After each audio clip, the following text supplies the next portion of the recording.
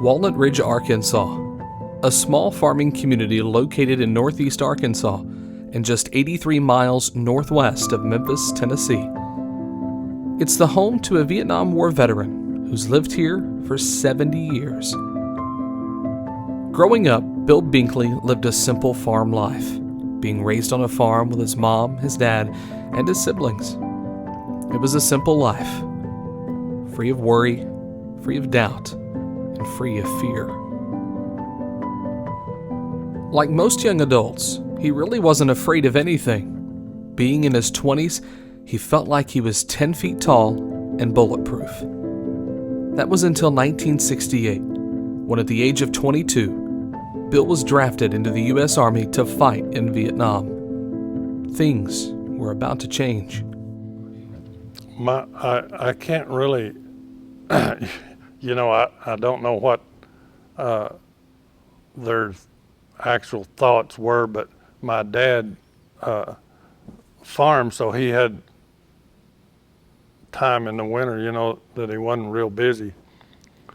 So he bought a lot at the lake and started building a cabin to give him something to do to take his mind off of me being gone. But he was the type of person that was afraid of everything, all the kids, needed to be protected to keep something from bad happening to them. And we lived right beside a railroad track, so he was afraid that everybody, crossing the railroad track had a chance of something terrible happening. So if he had that kind of mentality, I can't imagine what his thoughts were, for me to be going where I was going. He just never did tell me. I think he told my mother a lot of stuff, but he didn't tell the kids that. He wasn't that open with us. But I'm sure he had a terrible time. I know if one of my kids was going, it would be bad. I just was thankful that they weren't in Iraq or Iran or any other places that people had been. Of course, somebody that's 22 years old lacks a little bit of knowledge and experience. So you're not smart enough to be afraid of some things. We always referred to it in the Army as being 10 foot tall and bulletproof. You thought there couldn't nothing. But there was a time when you seen that wasn't so. But I guess the worst part for me, my whole world was like a 10-mile radius.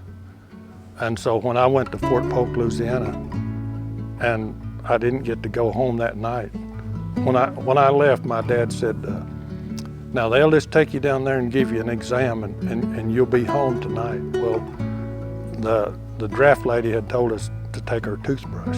So I knew more than likely we wouldn't be home that night. Boot camp for drafted and enlisted personnel was oftentimes the first out-of-home experience for young men in the United States. Their inevitable departure to Vietnam would certainly be the first time out of the country for a large majority of servicemen. Army boot camp was different in every aspect compared to home life. They were told what to do every second of the day, from getting dressed, standing at attention, eating, showering, and physical training. There wasn't much they could do outside of the scope of instructions from their drill sergeants. Daily routines were charted out by the Army drill sergeants, and there was little room for personal affairs. The drill sergeant was their new parent. And that was a lot they worked on, like I said, trying to get you broke loose from home,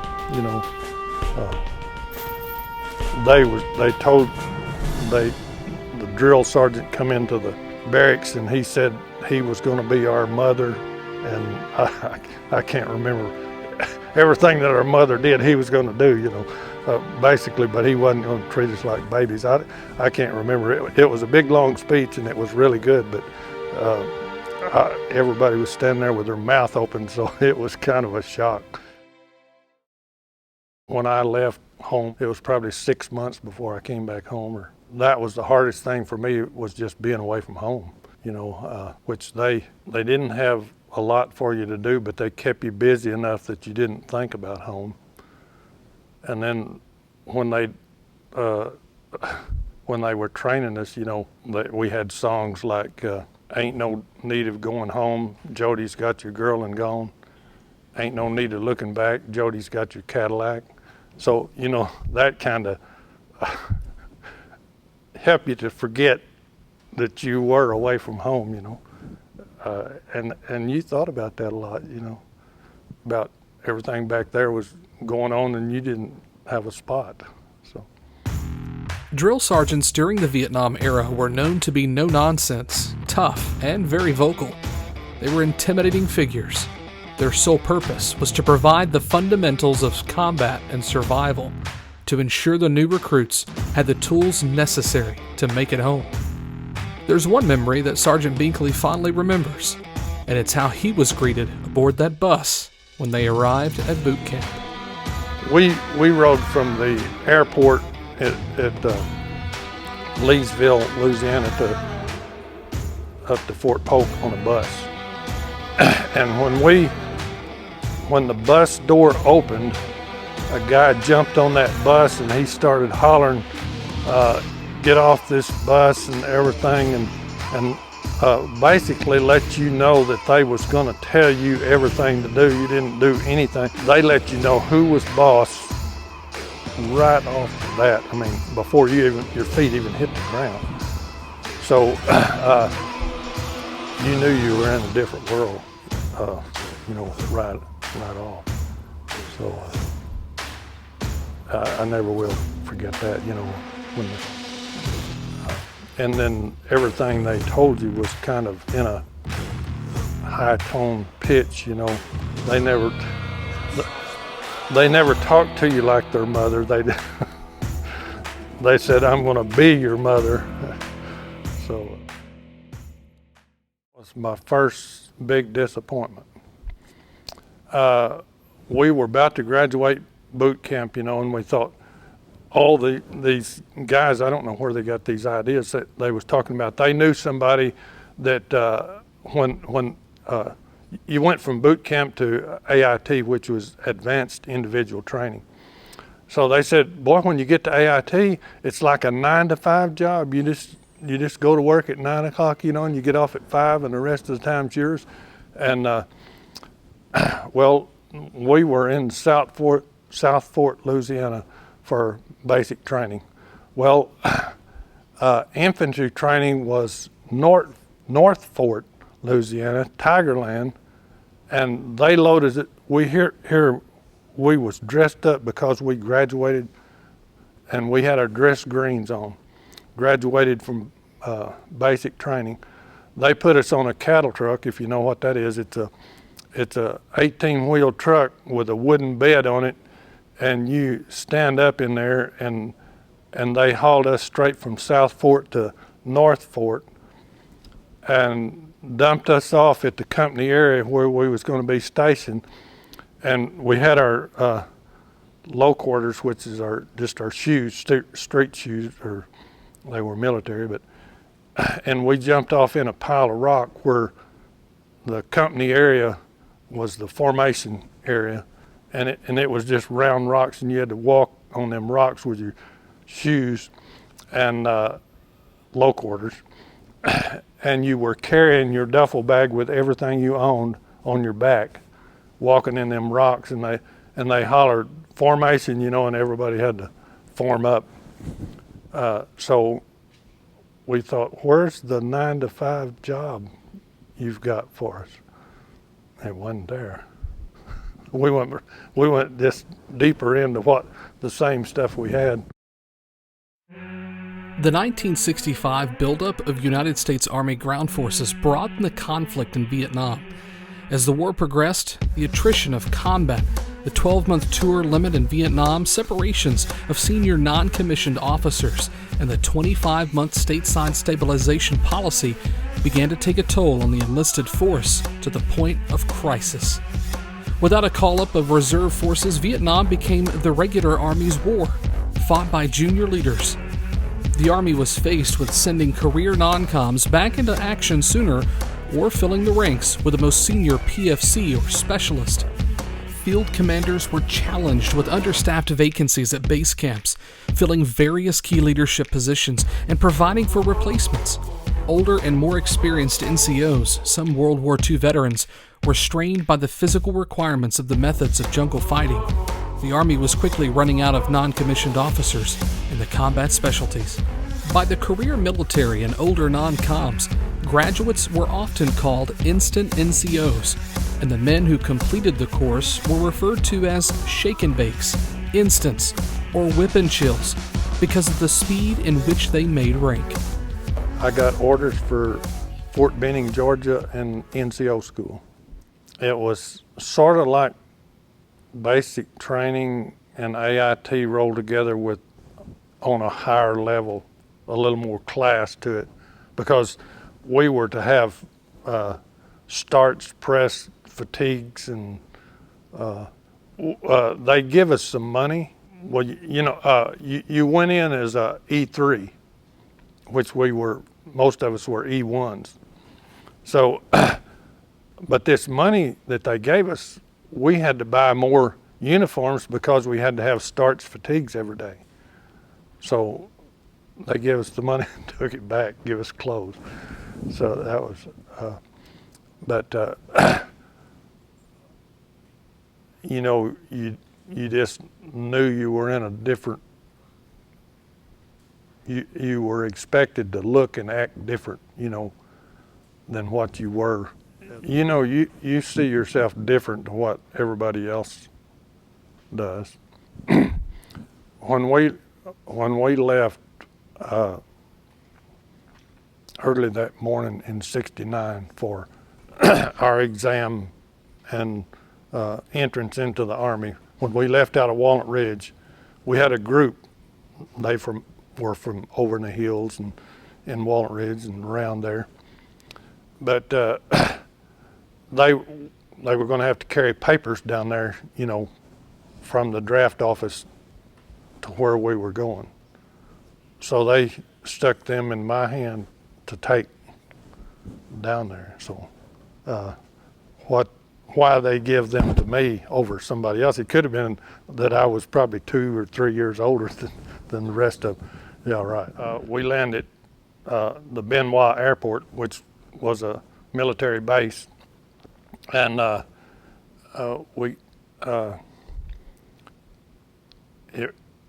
believe the airport was at Saigon, which they're right there close together. But I had watched the Vietnam War on TV every night before I went in the Army. They didn't let us watch no TV when we were training. So I had all the newsreels of the Vietnam War in my head. So when I get off the airplane, my first thought was, I don't have a weapon. Because, all I ever seen out of the newsreels was combat, combat, combat. but there is another Vietnam. It's actually people, and we got to actually be friends with people that we were around, Vietnamese people. The first thing that went through my head is, man, it's hot here. I've never experienced this type of heat. That and the fact that I didn't have a gun. And then it was amazing. Everybody that had been there any length of period of time at all, they looked like they were 10 years older than everybody that just got off the airplane. It was unbelievable how much it just looked like they aged. We would do 48-hour operations, which they would take us from our base camp. We actually had a bed in the base camp, but they would take us from our base camp out on an operation, and of the day, we would spend time with the village people and whoever was around, and then at night we'd pull ambush, and then we'd do that 2 nights, and then we'd come back in. But anyway, while we were on the 48s, well, all these little kids is running around. Of course, they're always laughing at us and poking at us and everything else. So I got started teaching them how to count in English, and they would teach me how to count in Vietnamese. So we got a big kick out of that. There was some Vietnamese women one time. During the dry season, the ground would dry and crack open in a wide crack that you wouldn't believe. You could stick your foot down in. Well, we were south of Saigon, so everything down there is flat as a pancake, and it's all rice field. And these Vietnamese women, the men were all in the service, so they were gone. The women and the kids and the old men was all that was around. So these women would take chunks of those dirt clods that had cracked, and they would pick it up and carry it to another spot to make, to make it all the ground the same level. They done that just by eyeball, I guess, and knowing how things was. If the water was there, you could tell if it was level, so they knew they had spots that didn't get covered in water to raise the rice, so they would move this dirt, and that's the way they done it, which, we do that in this country, but we do it with machines. But anyway, so I got started helping the women carry the dirt. So all the old women got to laughing at these young women. They were teasing about me somehow. I don't know what they were saying. I didn't want to know, I don't guess. But anyway, that was the fun part.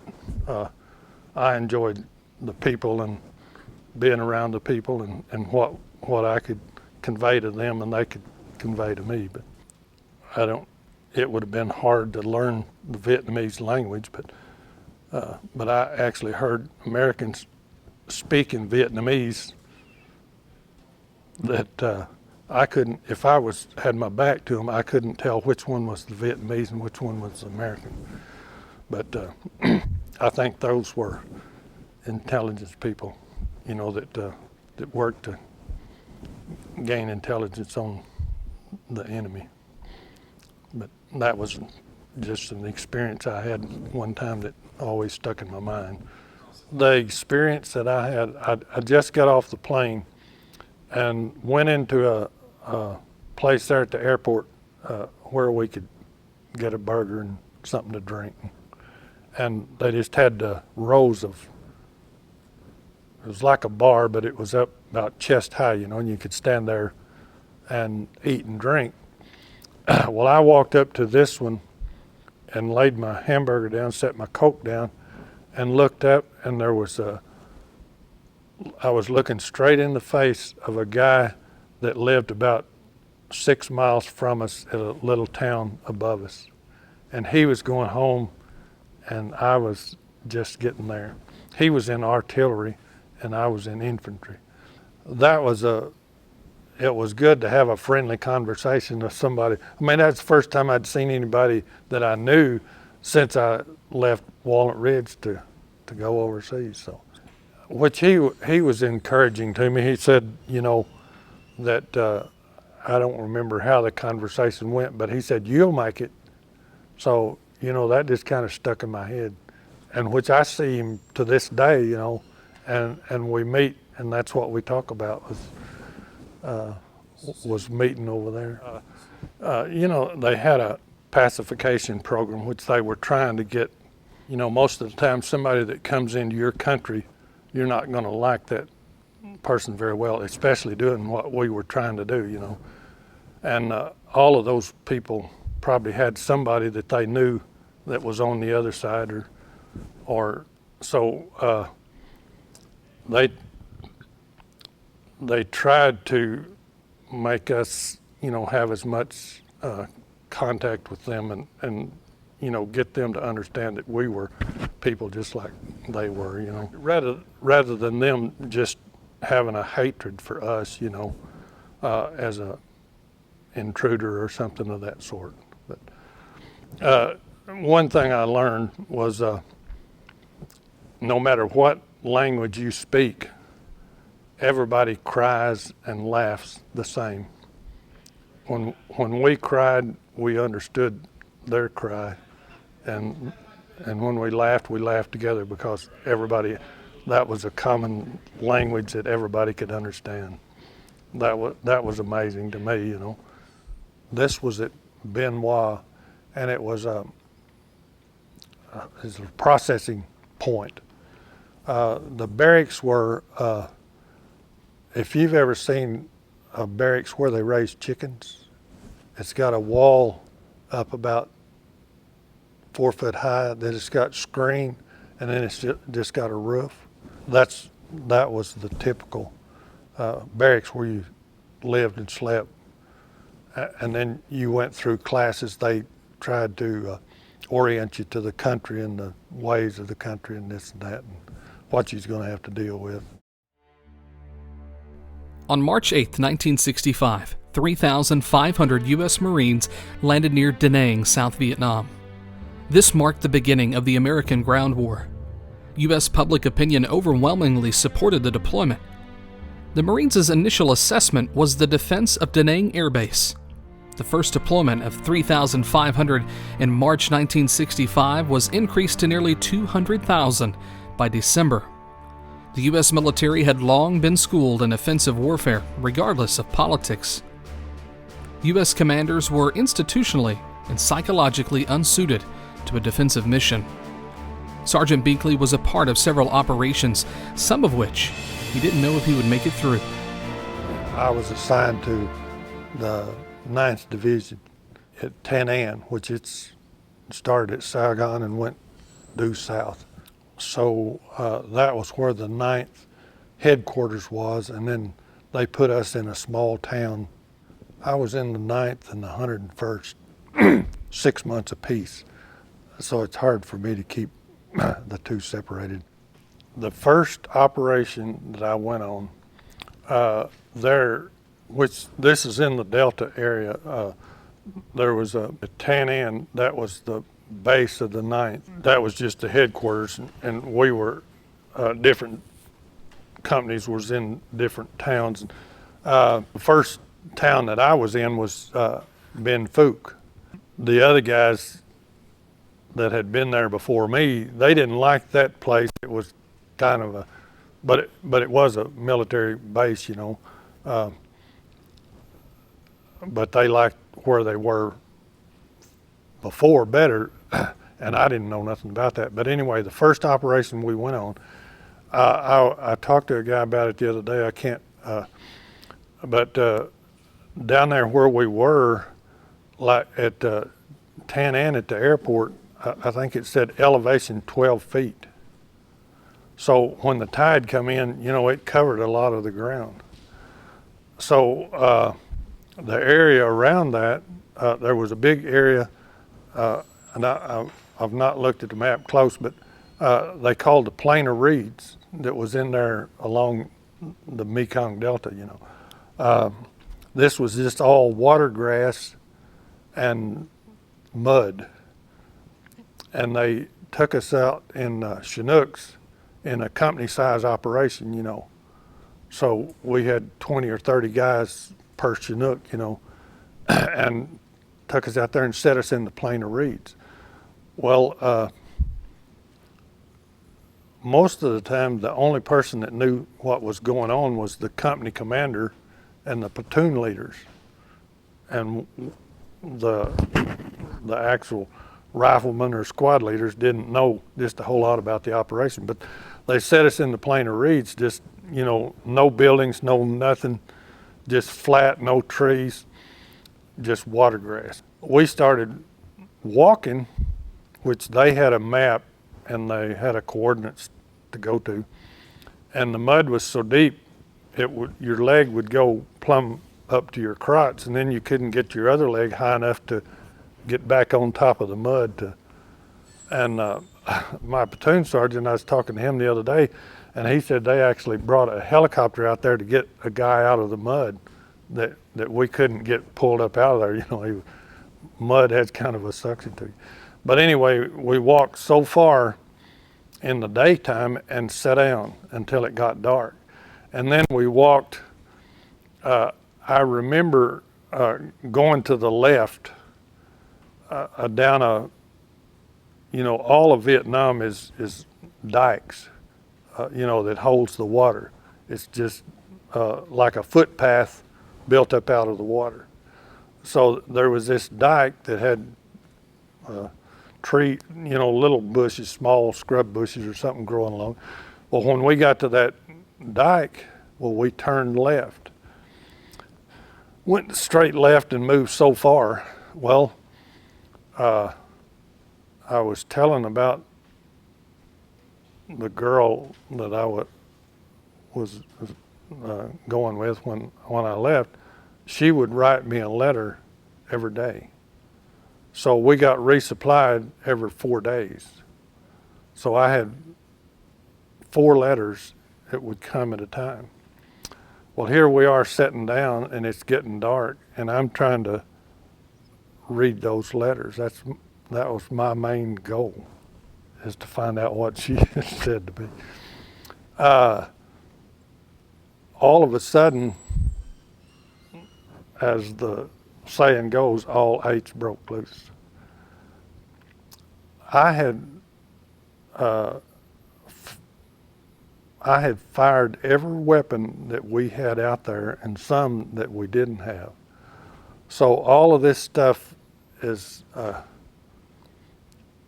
guns are firing, M79 grenades, which is a rifle fired grenade, was exploding. Claymores were exploding. Illumination was coming in from up top, and I was trying to figure out what in the world's going on. That was the first operation I was ever on. Didn't have a clue what, never blew an ambush before in my life. We killed 11 NVA regular Army at that spot. And come to find out, that was an ammo cache. There was landmines, ammunition, guns, everything buried in the ground at that particular spot. Now you imagine a field out here there's nothing to reference for a reference point, and you walk to a spot and sit down and you're right 20 foot from a ammo cache. You know, how does intelligence do that? It just amazed me. But anyway, we were in the military newspaper for that. Of course, they have a colonel come out and take credit for all of that and everything, you know. One other operation, we were supposed to be around Cambodia, but supposedly we couldn't go into Cambodia, but we was on the Ho Chi Minh Trail. At the time, we were following not that trail, but a trail big enough, you know, you could take a lot of stuff down. And we set up on a hillside one night. I was, you know, my position was on the trail. So I put out a claymore with a tripwire on it just at the base of the hill. Well, the next morning I was I had a can of C rations I was heating with some C4, heating my breakfast, and that Claymore mine went off. And so, you know, when we do that, we sweep through. So we all got online and started down. There was some people down there firing at us, but I didn't, my mind didn't comprehend it till after I got home. But what they would do was, if we were like on line here, they'd just go around us, because I was in situations where if somebody was out on the end, they would always make contact out there rather than, you know, them trying to go through us or run back away from us that way. They would just make a circle around us, then they would be behind us, because I know several times somebody said there's people behind us. Night ambushes, you know, on a regular basis. Then in between, we would have what they call eagle flights. We'd go in on Hueys, and you know, all of this is canals and little grown-up areas where those people would hide out, or they were taking boats, you know, down those canals and everything. So when they put us out on eagle flights, we would they'd put us down on one side of them, away from the river, and then we would sweep through all of that, try to run anybody that was hiding in there out to the, flush them out to the water. This was probably my second operation, was on the eagle flight. They put us out here and they told us to sweep through. Well, I just started walking through there, and that stuff got so thick you couldn't hardly get through it, you know. And I was just trying to, of course I had squirrel hunted and stuff like that, where I got into some stuff that was hard to get through, or deer hunted or something. But if they say go through there, you go through there. Well, I didn't realize that the guys beside me, you know, we were on line. The guys beside me, they just dropped in behind one another and found an easy way to go through there and come out the other side.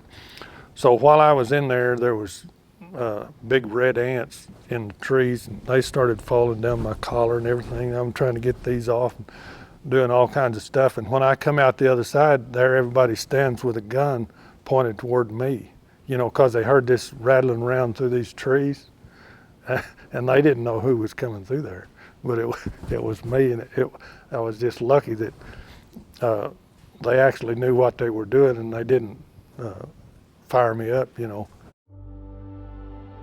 1 out of every 10 Americans who served in Vietnam was a casualty. 58,148 were killed and 304,000 wounded out of 2.7 million who served. Although the percent that died is similar to other wars, amputations or crippling wounds were 300% higher than in World War II. Sergeant Binkley never found himself seriously injured, but did sustain a small injury. We were on a fire base at one time. You know, we were constantly moving, you know, and it was never in the same place. A fire base is where they have bunkers around, and they've got artillery there that would support us out in the fields, you know. And we had, you know, these fire bases have concertina wire, which is wire that you can't penetrate supposedly, all the way around that out there. But there was people that would come through there, you know, they'd take little sticks and prop that up and crawl under on their back. So at just random times, we would have what we called a mad minute. So everybody just fired up all the ammunition they had, you know, the people on the 79 grenade launchers and the machine guns, and everybody fired everything they had. So I was on a bunker, and all of this stuff was exploding, and all of a sudden something hit me in the arm. Well, somebody called the medic over there, and well, there's a little piece of metal sticking out of my arm. So he takes me into, we had a company commander, his name was Bobby Casey, I think it was. And they called him Bunker Bobby because every time we blew an ambush, he got in a bunker. You know, all those little mud houses had a bunker in there built out of mud where they could, if there was any anything going on outside their house, they could get in there, sort of like a storm cellar would be in our. So he would get in the bunker. Well, the medic takes me in the bunker and tells the captain that we got somebody wounded, you know, and he seen what it was. It was a piece of shrapnel from a grenade, and he said, "Oh, go on back out there." Said maybe the next time we'll get somebody really wounded. That was his attitude, but people didn't think very much of him. The reason they pulled the 9th Division out was, you know, every place we went, we didn't make any contact. The Vietnamese were just kind of backing off from us. It was in a strategic plan to get us out of there is what it was. We never made any contact anywhere, you know. The Vietnamese, the Viet Cong would kill a Vietnamese somewhere, but they never got around us. So they would move us to a different area of operation. Ended up up in the middle of the country where the 25th Mechanized worked. They were a mechanized unit.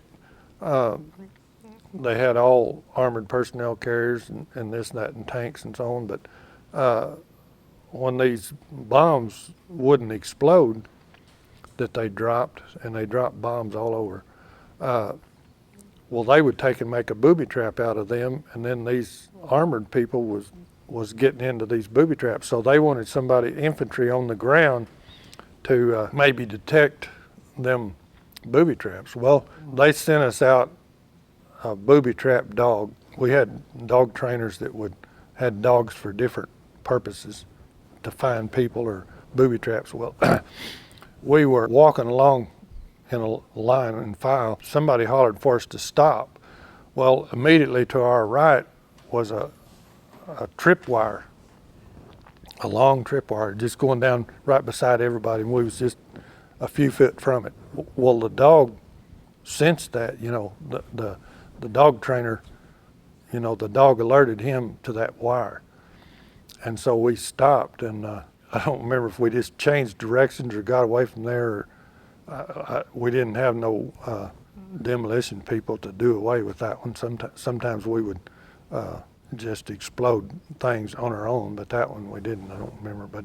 But anyway, we had Alpha, Bravo, Charlie, and I guess Delta and Echo, all of the 9th Division working in that area, and everybody was getting somebody injured. We would set up during the day, you know, this was just out in open country that had been abandoned by people. There was places for rice fields, but there was nobody was raising rice there, you know, because this was all a booby-trapped area. And we went out on patrol one day, you know, while we were set up in our daytime position just to see what was out there. Well, on the patrol, we found a Claymore mine that was out there that we hadn't set. And then we had scouts that would go with us and kind of guide us about what. Well, there was a little piece of metal. It was like a piece of a metal soda can or something. Had Tudia wrote on it in red letters, and it was stuck on a bush. And which I thought, because the bush had grown leaves after they stuck it on there, I said, you know, that was old. Well, the scout said, no, that's new, fresh stuff, you know. So he meant they were in the area. We came back in, brought the Claymore in, and this was a trail, an open trail we were following. So we brought it back in. There was a guy that was supposed to walk point as we went back out for that night ambush, and he was messing around with a machete, chopping on things, and he had cut himself where he couldn't walk point. So the other guy that wasn't supposed to, he was up there. And we hadn't gone 100 yards. If you suspected something up there, you would just fire a bunch of rounds up through there, to kind of, in case there was somebody there or there was a tripwire. Which a lot the way the war was fought was booby traps, and we used them too. We would tripwire a claymore. So we hadn't gone 100 yards till there was an explosion on the front, which I was at the back. My platoon sergeant was platoon leader at the time because we didn't have a lieutenant for platoon leader. So the platoon sergeant brings up the rear. So we had we had three guys hit. One lost his foot, and the other one's leg was just rolled up under him like it had no bone in it, and he had a piece of shrapnel in his mouth. And the platoon sergeant, which was the leader at the time, he had a flak jacket on, but it just hit him a piece of shrapnel hit him in the shoulder. And I had always thought that it was one of those claymores, that they were carrying our claymores. But if it had been a claymore, that would have just been a pellet rather than a chunk of steel. It would have took all the meat off his shoulder. But anyway, the colonel was in a helicopter over the top of us, and he was fussing about, he's seen us leave and we didn't have flak jackets on. Well, that guy had a flak jacket on, but his arm was bare. The flak jacket don't cover your arm. The point man, I talked to my platoon sergeant. I finally found him the other day, and he said the point man had one foot was gone and the other one was just mangled. They ended up taking both of his feet off, and so he just had a prosthesis on both legs, and then he could go good. They said if he had one prosthesis and then a bad foot, well, it was going to be worse for him. But the other guy then, that was the second man in line, he was from Maryland, I believe, but he died from his injuries. Most Vietnam veterans have a hard time talking about their experiences because of the horror of war they saw. However, there are many stories of how soldiers came together as one. Sergeant Binkley developed bonds with his fellow servicemen, many that still exist today. When I went to the 101st, I met two guys, which they had been there, quite a while. And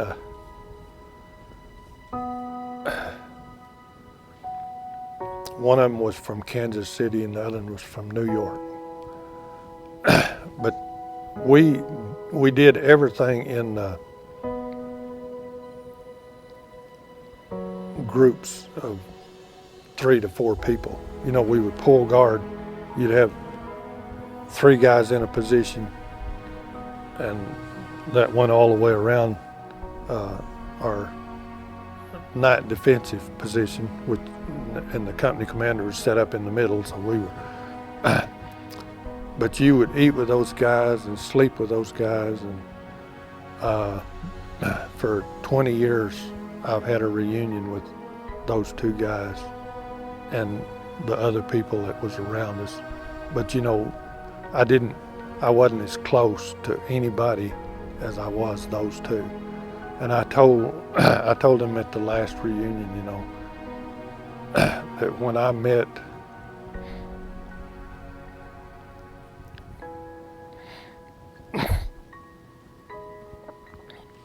met Fred and Jerry in Vietnam,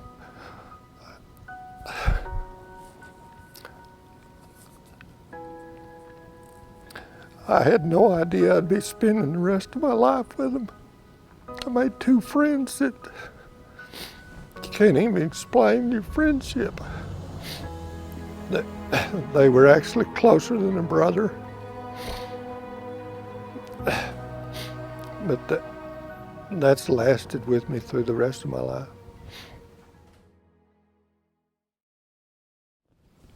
You know, it's something you never forget. It's just part of your life that, you know, is totally separated from the life you're in now, but Kind of its own reality. right. And I don't know what it is, you know, when you get back together with those people, you just have so many things to talk about. I've tried and tried for years to find somebody that I was with out of the ninth, because all of those guys told me that they were gonna, they knew that I got all those letters, and they told me that they were gonna come to my wedding. But then, you know, I couldn't get a hold of none of them, so that was a big disappointment. But I finally found the guy that was platoon sergeant, and I talked to him the other day, which we talked for an hour or so. You know, you just never get through talking all that stuff out. You know, he'll remember one thing, and I'll remember something else, and it just, you just put it all together and make the memory come back.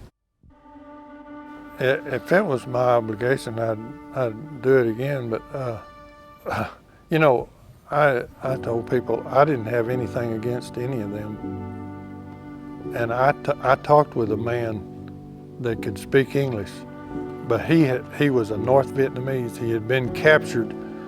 When they captured them, they would give them a chance, you know, to be scouts for us, and so that's what he was. And he was telling me, I met this guy in the airport in Da Nang the day that I was coming home. But he was telling about them drafting him in the Army in North Vietnam, and all of his family was together and crying and everything, you know. And that was the same story I had from this side. And their stories was all the same as ours. But there was two leaders that wanted to try to outdo one another, I guess you'd say, and brought all that about, you know. I see the country going down the wrong path, taking all of these freedoms for granted and everything.